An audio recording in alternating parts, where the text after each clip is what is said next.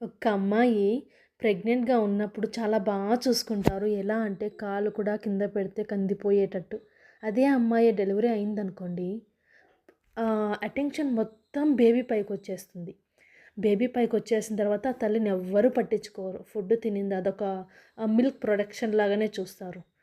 అక్కడ అమ్మాయి sleep and food మొత్తం కంట్రోల్ అండ్ డైట్ కంట్రోల్ మొత్తం అయిపోతుంది.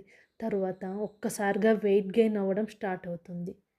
వెయిట్ గెయిన్ అవుతూనే తర్వాత ఏమంటారు? మళ్ళీ లావైపోయిందే అంటారు. కానీ ఆ అమ్మాయి పడిన కష్టము ఎలా ఉంటుందో తెలుసా? ఆ ప్లేస్‌లో ఒక అమ్మాయి అయినా కూడా అర్థం చేసుకోదు ఆ టైంలో. తనకు నచ్చిందే మాట్లాడుతుంది. కానీ ఏ అమ్మాయి కూడా అర్థం చేసుకోదు. ఆ భరించే అమ్మాయి తప్ప.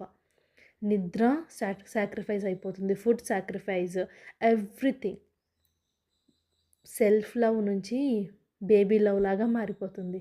లిటరల్లీ నిన్న నేనొక సెల్ఫీ తీసుకున్నా.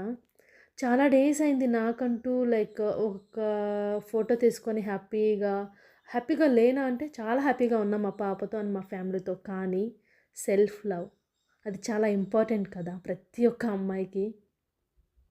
కాబట్టి అప్పుడు మదర్‌కి మనం చాలా ఇంపార్టెన్స్ ఇవ్వాలండి. డెలివరీ అయిపోయింది కదా! ఇంకా బేబీని చూసుకుంటే చాలు అనుకోకూడదు. 2 ఇయర్స్ పడుతుంది తెలుసా? 2-3 ఇయర్స్ పడుతుంది ఆ అమ్మాయి మళ్ళీ నార్మల్ స్టేజ్‌కి రావడానికి. ఆ మెంటల్ హెల్త్ నుంచి బయట రావడానికి. ఆ ప్రెషర్ ఎలా ఉంటుందో తెలుసా? అది డెలివరీ అయిన పర్సన్స్ మాత్రమే ఫేస్ చేయగలరు. బేబీకి ఎంత ఇంపార్టెన్స్ ఇస్తామో దానికి డబల్ ఆ మదర్‌కి ఇంపార్టెన్స్ ఇవ్వాలి. అప్పుడే తను ఎంత తొందరగా వీలైతే అంత తొందరగా నార్మల్ అవ్వగలదు. లేదంటే 2 ఇయర్స్ పట్టొచ్చు, 3 ఇయర్స్ కూడా